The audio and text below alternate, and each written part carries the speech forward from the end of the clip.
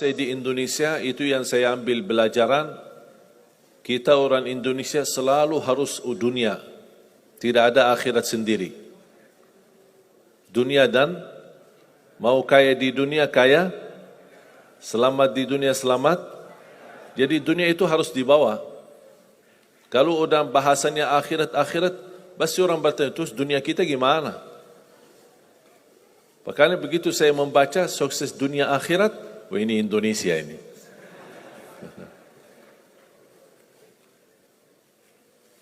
Bahkan hampir setiap ibadah kita pasti yang dikejar dunia. Saya sudah dakwah sebelum di Indonesia, di mana-mana. Tapi baru pertama kali pas saya di Indonesia diminta amalan, gimana supaya dapat amalan mudah kerja, dapat amalan mudah urusan, dapat amalan lancar rezeki, dapat amalan. Jadi ujung-ujungnya semua untuk urus dunia. Makanya saya buatkan satu buku, habis saya sudah fahami dan belajari karakter orang Indonesia. Orang Indonesia dah mau yang ribet-ribet, mau yang mudah, yang enak dan masuk surga. Betul?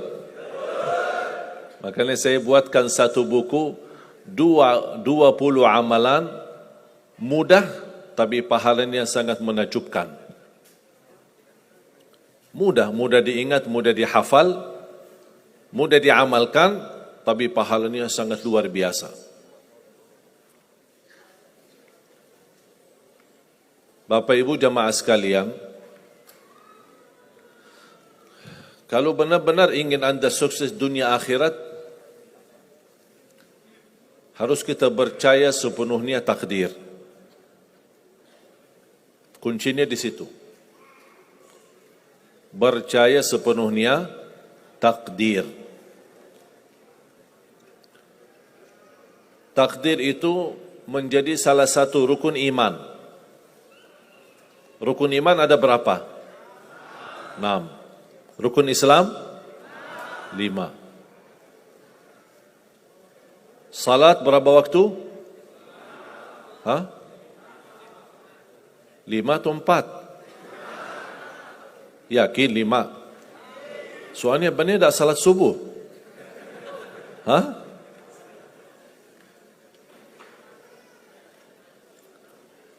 Takdir itu menjadi salah satu rukun iman.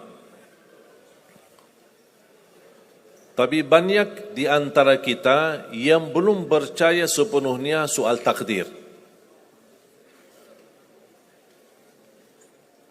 Dan kita sifat manusia, mohon maaf, suka tidak adil. Contoh, kalau Allah berikan karunia, nikmat, pertama kita lupa bersyukur. Yang kedua, kita tidak pernah berkata sama Allah, ya Allah kenapa aku dapat nikmat ini? Tapi sebaliknya, kalau kita diuji oleh Allah, kita kurang sabar, dan kita bertanya sama Allah, ya Allah kenapa saya diuji? Faham tak? Kalau kita dapat nikmat, ada enggak orang-orang yang lulus misal ujian, dia berkata, ya Allah kenapa saya lulus ujian? Tak pernah. Tapi kalau dia tidak lulus, dia bilang apa? Ya Allah kenapa saya tidak lulus? Ketika ditimpa musibah, dia selalu merasa nyesal atau merasa sakit hati, tersinggung. Berkata sama Allah, kenapa saya diuji? Padahal saya orang baik. Saya jaga salat, saya berusaha mendekat sama Allah. Tapi saya merasa bertambah berat ujiannya. Tapi sebaliknya, ketika diberikan nikmat, dia tidak pernah menyebutkan, ya Allah kenapa saya mendapatkan nikmat ini? Kayaknya si fulan lebih fantas mendapatkan nikmat. Itu tanda manusia tidak adil. Tidak bersikap adil. Makanya subhanallah, semakin Anda mantap imannya terhadap takdir, semakin hidupmu jadi nikmat. Saya kasih contoh.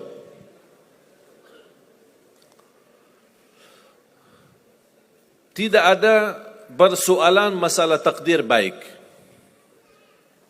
Itu bukan masalah bagi kita. Justru kita bertambah senang kalau kita mendapatkan takdir yang baik. Tapi yang menjadi persoalan bermasalah bagi kita adalah takdir buruk.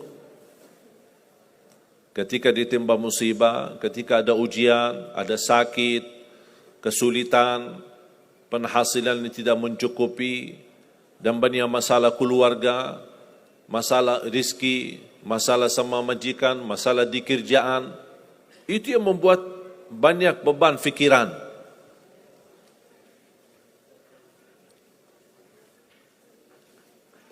Tapi kita harus tahu, sebenarnya walaupun takdir itu ada baik, ada buruk,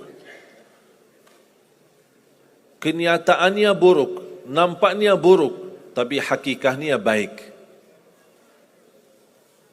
Hakikahnya baik.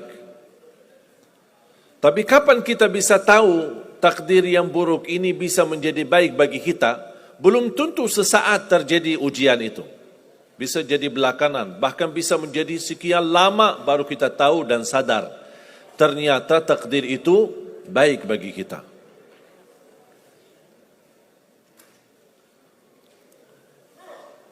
Saya kasih contoh.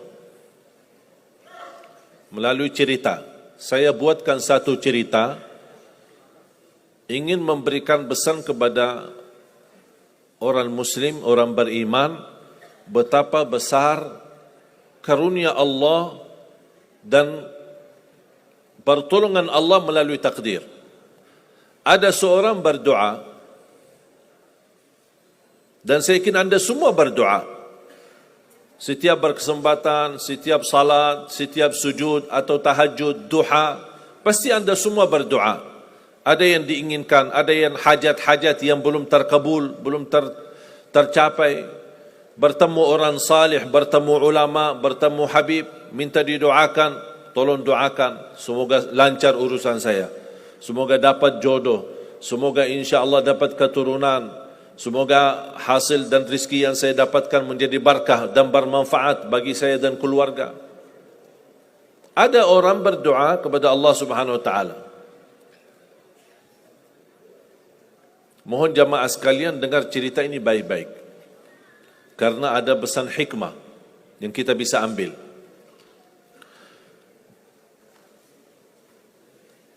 Orang ini berdoa tapi tidak melebihi selain doa meminta jodoh yang salihah, yang cantik, yang kaya.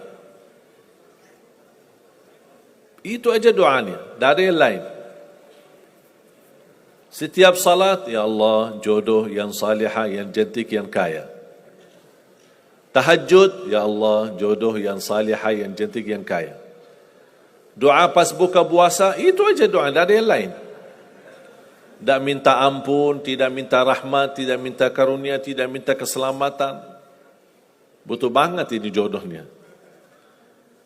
Dapat rezeki sedikit, dapat kemudahan berangkat haji. Selama dia berhaji, selama dia tawaf 7 kali, itu aja doanya. Ya Allah, jodoh yang salihah, yang cantik, yang kaya. Safa Marwah sa'i, ya Allah, jodoh yang salihah, yang cantik, yang kaya. Tak ada yang lain. Ketika satu malam dia sudah di tengah air, berjalan malam hari santai-santai di kampung sambil membayangkan jodohnya, menghayal bagaimana cantiknya. Pas di dalam perjalanan dikejar anjing. Dia lari, dan justru anjing semakin lari semakin dikejar. Makanya kalau ketemu anjing jangan lari. Akhirnya anjing berhasil gigit kakinya, berdarah. Datang mobil ambulan, dibawa ke rumah sakit. Di dalam mobil ambulan dia merasa menghadapi ujian, dan dia berkata, ya Allah, selama ini saya berdoa minta jodoh yang salihah, yang cantik, yang kaya, masa dikirimkan anjing? Dia belum tahu ada apa.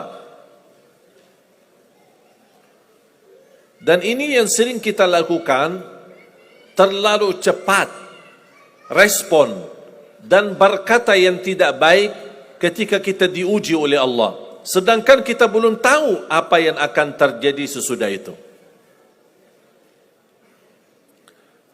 Ambulan dibawa ke rumah sakit dan subhanallah dirawat di rumah sakit seorang dokter yang cantik, yang salihah, yang kaya jadi jodohnya. Ada hikmah enggak digigit anjing? Buruk enggak kejadian itu? Buruk, digigit anjing pasti buruk. Tapi ternyata di dalam keburukan Allah menyediakan sesuatu kebahagiaan, sesuatu kebaikan, tapi kita belum tahu. Ternyata Allah sudah kabulkan doanya. Allah sudah kabul. Cuman kadang-kadang proses menabulkan doa itu ada di antara doa kita yang memang prosesnya lewat takdir buruk. Allah sudah kabul. Kata Allah, aku sudah kasih. Tapi tunggu. Seperti ini orang. Doanya terus. Ya Allah, jodoh yang salih, yang cantik, yang kaya. Jodoh yang salih, yang cantik, yang kaya. Allah sudah kabulkan doanya, tapi jodohnya ada di rumah sakit. Berarti harus sakit dulu. Gimana cara sakit dulu? Allah punya bermacam cara. Berbagai macam cara. Bisa sakit, tiba-tiba sakit, bisa apa saja alasannya. Di antaranya, tentara Allah yang ada di bumi. Semua yang bernyawa makhluk Allah. Patuh dan taat kepada Allah subhanahu wa ta'ala. Di antaranya anjing. Allah perintahkan, gigit si fulan, biar ketemu jodohnya di rumah sakit. Jalanin tugas. Memang kita menyesal ketika terjadi kecelakaan, tapi kita tidak tahu apa hikmah di belakang kecelakaan itu.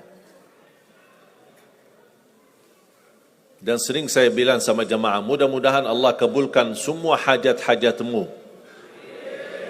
Walaupun digigit, mau enggak digigit anjing dulu?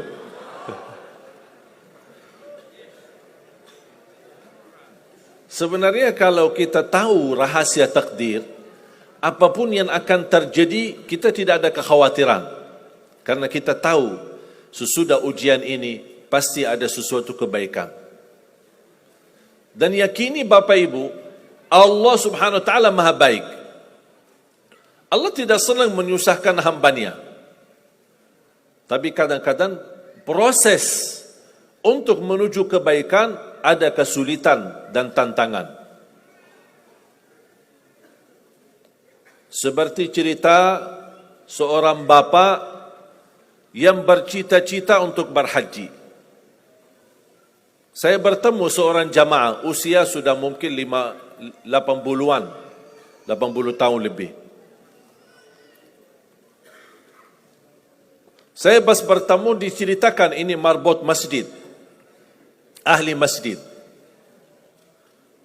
Saya berdialog bertahun-tahun, Masya Allah, kerjaannya hanya lap-lap masjid, bersihkan masjid, jaga masjid. Saya berkata sama beliau, Pak, apa yang Bapak inginkan?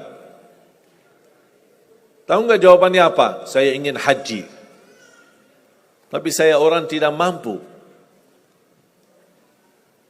Doakan mudah-mudahan saya bisa haji. Saya bilang, insya Allah Pak, kalau soal haji, soal umrah, itu tidak tergantung dengan kemampuan. Ada orang yang tidak punya uang sama sekali, tapi dapat dipanggil bisa haji. Karena haji dan umrah itu hadiah dan panggilan Allah subhanahu wa ta'ala bagi hambanya. Bahkan justru ada orang yang banyak hartanya, tapi tidak tertutup hatinya untuk ke tanah suci. Boleh kita bercita-cita, berkeinginan ke tanah suci, tapi jangan digantungkan persoalan ini masalah kemampuan. Nanti kalau saya ada uang, saya mau haji dan umrah. Belum tentu saat sudah ada uang, belum tentu haji dan umrah. Kalau belum dipanggil oleh Allah Subhanahu wa taala. Saya berkata sama beliau, Bapak kalau sudah saatnya dipanggil oleh Allah, pasti Bapak akan berhaji. Tiba-tiba saya menerima telefon dari anak beliau. Habis saya ketemu kira-kira beberapa bulan, saya terima telefon menyampaikan bapaknya kecelakaan. Kok gimana kecelakaan? Apa ceritanya? Dia bilang habis keluar dari masjid, pulang malam hari, nampaknya ada mobil, pas ayahnya lagi seberang jalan, ada mobil tidak memperhatikan, kemudian tabrak. Alhamdulillah tidak terlalu parah, cuman perlu dirawat di rumah sakit sedikit, sebentar. Saya ke sana, pergi. Rumah sakitnya di mana? Dikasih tahu alamatnya. Saya datang kunjung silaturahim. Pas beliau bertemu dengan saya, nangis dan pingin peluk saya. Dan terus saya tanya gimana? Kata beliau, ada cerita yang istimewa terjadi sama saya. Ternyata orang yang menabrak beliau, orang yang kaya.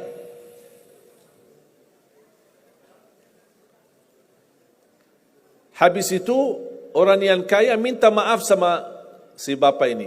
Mohon maaf Pak Haji, mohon maaf Pak Haji. Beliau tambah nangis. Orang kaya bingung, ya kenapa sih setiap mohon maaf malah nangis dia. Ditanya kenapa Pak nangis, sakit? Tidak, karena bapak dari tadi bilang Pak Haji, sedangkan saya belum haji. Tertutup hati orang yang kaya, yang dia sediakan biaya haji dan bisa berangkat. Dan kata beliau, betul apa yang disampaikan ketika pertama kali bertemu. Kalau sudah saatnya dipanggil oleh Allah, pasti bisa ke tanah suci. Walaupun ditabrak mobil. Berarti intinya apa? Apa yang saya ingin sampaikan, jangan ada yang merasa menolong atau merasa sakit hati atau merasa tersinggung ketika menghadapi ujian. Merasa belum terkabul keinginannya, Allah sudah kabulkan. InsyaAllah tidak ada di antara kita yang ditolak doanya. Cuman kita mohon maaf kadang-kadang buru-buru. Ingin selalu semuanya cepat. Kadang-kadang kalau terlalu cepat apa yang kita inginkan kita dapat, itu bahaya juga. Dan Allah ingatkan, kalau manusia, Allah tidak sulit menjadikan manusia semuanya kaya. Kalau sekarang saya bertanya, mau enggak semuanya jadi orang kaya? Pasti mau, siapa yang tidak mau. Coba bayangkan, kira-kira sulitlah bagi Allah menjadikan semua manusia di bumi kaya raya? Sulit tidak? Tapi pertanyaan saya, kira-kira berjalan hidup kita enggak kalau kita semuanya kaya? Bisa berjalan lancar? Masa enggak? Semuanya kaya raya. Gimana kehidupan kita sehari-hari? Berjalan lancar tidak? Kenapa tidak? Saking banyak kekayaannya. Kalau semuanya kaya, memang sulit menjalani kehidupan. Contoh,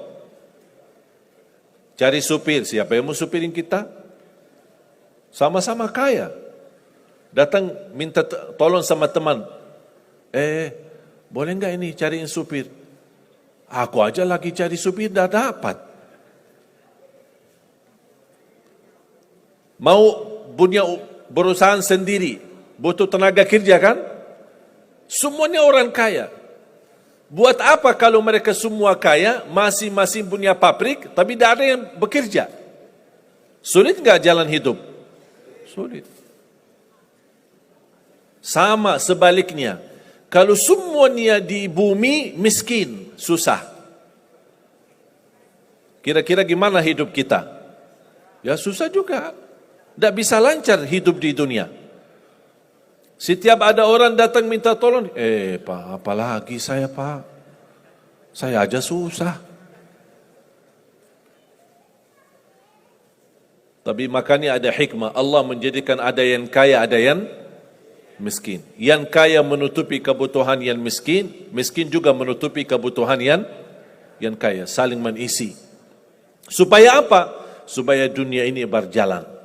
Hidup kita berjalan. Tapi coba bayangkan kalau semua orang kaya tidak mau membantu orang miskin, dan semua orang miskin sombong dan mau melayani orang kaya. Gimana kehidupan kita? Susah. Makanya jemaah sekalian, kunci Anda sukses dunia akhirat, percayalah takdir. Dan semua takdir itu baik, tapi kita belum tahu rahasianya.